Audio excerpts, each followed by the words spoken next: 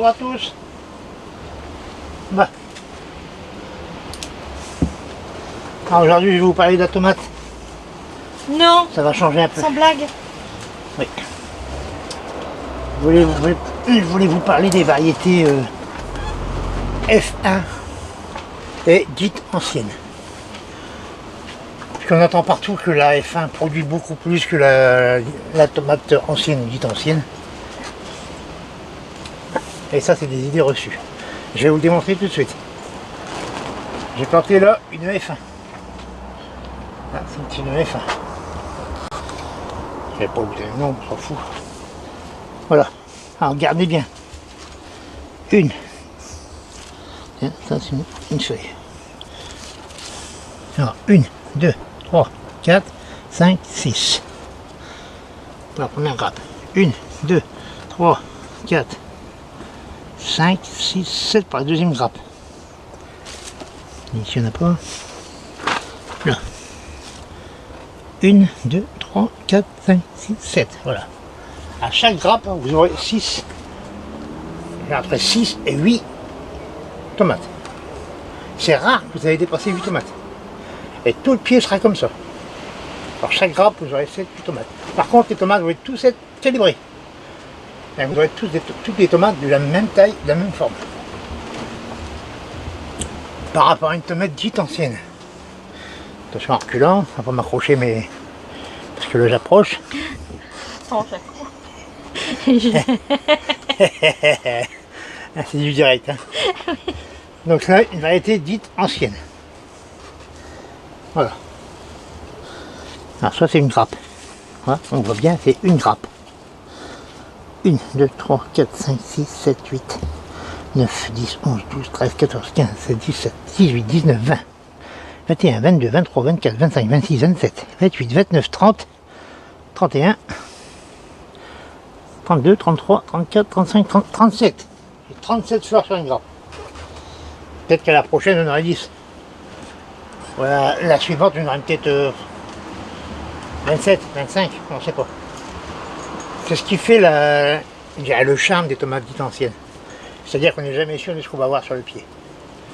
Sur une F1, vous avez vu, c'est toujours des grappes formées avec le même nombre. Et là, je vais avoir des tomates de toute taille. Il y avoir des grosses, il y avoir des petites. Il y avoir un peu plus des biscornues, bien rondes, selon les variétés. Mais toutes mes tomates ne vont pas se ressembler. Ils n'auront pas tous la même taille, ni tous la même forme. Ça, c'est dû aussi à la génétique. Hein. Donc voilà, variété ancienne, on dit dite ancienne. C'est des variétés qui ont été hybridées avec d'autres variétés anciennes. Parce que pour avoir autant de variétés de tomates, il y a bien sûr eu des hybridations. Il y en a où ça s'est hybridé tout seul, où il y a des spécialistes qui s'amusent à hybrider. Voilà. Pour hybrider une variété, créer une variété, il vous faut entre 7 et 8 ans pour la fixer. C'est-à-dire vous prenez 2 tomates, vous les croisez, l'année suivante, vous semez les graines que vous avez eues avec ces tomates-là. L'année suivante, ça souffle. Oula. L'année suivante, vous allez semer vos graines, vous allez sélectionner sur le pied une tomate qui va vous plaire. Ça sera un dérivé des deux que vous aurez croisés. Et chaque année, vous allez semer les graines de cette tomate. Et au fil du temps, il y en aura de plus en plus sur le pied qui vont ressembler à la tomate que vous avez sélectionnée. Donc, pour la fixer, elle sera fixée, au bout de 7-8 ans, elle sera fixée. Là, vous êtes sûr d'avoir pratiquement créé une variété. Donc, ça ne se fait pas comme ça du jour au lendemain. Et à chaque fois, il faut protéger les grappes. Ah oui, à chaque fois, elle peut sécher dans un là, vous êtes obligé. Oui. Donc, ça ne se fait pas comme ça. C'est qu'une F1, c'est pas pareil. Une F1, c'est une variété qui a été créée pour une année.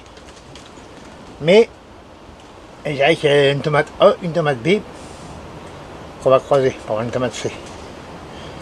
Voilà. La tomate A et B, c'est issu de plusieurs croisements. Ça, vous ne saurez pas parce que c'est pas marqué sur le paquet où vous achetez vos graines. Non. Et par contre, si on veut faire des graines avec cette tomate-là, on aura une tomate qu'on ne sait pas du tout ce que c'est. Non, on ne sait pas du tout ce que c'est. Par contre, au niveau forme des tomates F1, Souvent, elles sont, comme là, on va avoir des tomates Rondes. quasiment identiques et rondes. Hein. Rondes. On est d'accord. Hein. Mais il peut aussi en avoir des moins rondes. Hein. Oui, mais elles vont toutes se ressembler, avoir presque toutes le même poids. Et... Comme les 10 cœurs de bœuf que vous trouvez dans les commerces. Hein. Oui. Un cœur de bœuf, c'est comme ça. Hein, c'est pas comme une bourse. C'est Un cœur. Presque. Presque, voilà. C'est pour ça que ça s'appelle cœur de bœuf. Hein. Ça, c'est une cœur de bœuf. Donc voilà ce que je voulais vous dire sur les variétés de tomates. Bah, après, il y en a plein. Hein. Nous là, on a des rondes, des plates, des longues, en forme de poivron. Voilà. Avec les fins. Alors, les fins, de toute façon, il n'y a pas tellement de variétés. Hein. Bah, c'est rond, c'est. Oui, c'est rond, c'est cornu. Ouais, c'est un cœur de bœuf. Il n'y a pas de cornu en rap. Bien souvent, c'est rond ou un peu plate. Voilà. Ok. Voilà. Bon, eh bien... Donc, ça, c'était une F1 que j'ai plantée pour vous faire voir. De toute façon, je vais vous la montrer au fil du temps. Hein. Quand elle va évoluer, vous verrez les grappes, ils seront bien formés. Il y a des petites tomates dessus, là, je vois. Hein. Oui, ça y est. Ouais, voilà. Nickel. Ok. Bon, eh bien, les amis. Mais faut pas croire que c'est une tomate qui est mauvaise. Hein. Ah non, bah non. Il y a des fins qui sont pas aussi bonnes que ceux-là. C'est pas pareil. Mais il y a des tomates F1 qui sont plus en pleine terre comme une tomate normale. Elle a un bon goût. Elles sont pas mauvaises. Voilà. Elles sont pas mauvaises. Mais ça reste une tomate F1. Rien à voir avec une tomate dite ancienne, qui est succulente. Voilà. On vous dit à très très bientôt. À bientôt. Bon jardinage à tous.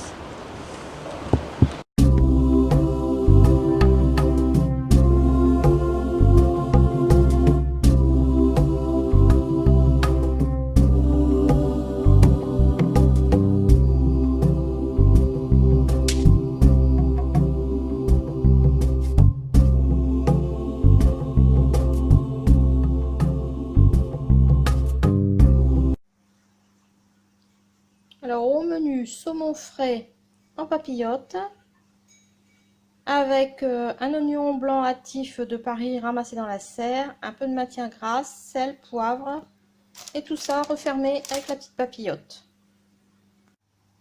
On va ajouter à ce poisson la salade Goutte de l'os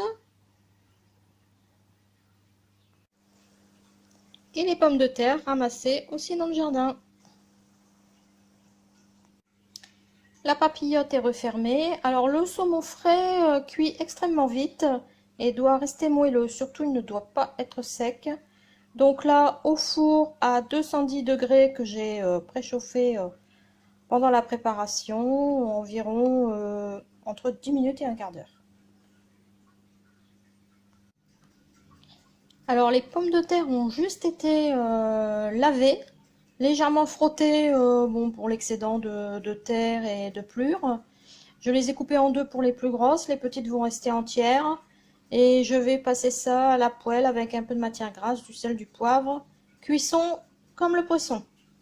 Tout pareil, entre 10 minutes et un quart d'heure à peine. Voilà, les pommes de terre sont cuites, ça cuit très très vite. Et pour voir si la pomme de terre est cuite, on prend le couteau, la pointe de couteau et on enfonce. Et si ça s'enfonce tout seul, c'est que c'est bon.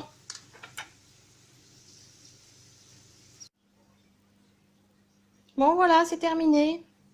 Alors saumon frais en papillote avec oignon du jardin, pommes de terre amandine du jardin et la petite salade qui va avec. Jaco, tu viens à table? Tiens, moi je prends tout. Tu prends tout? Allez, on y va.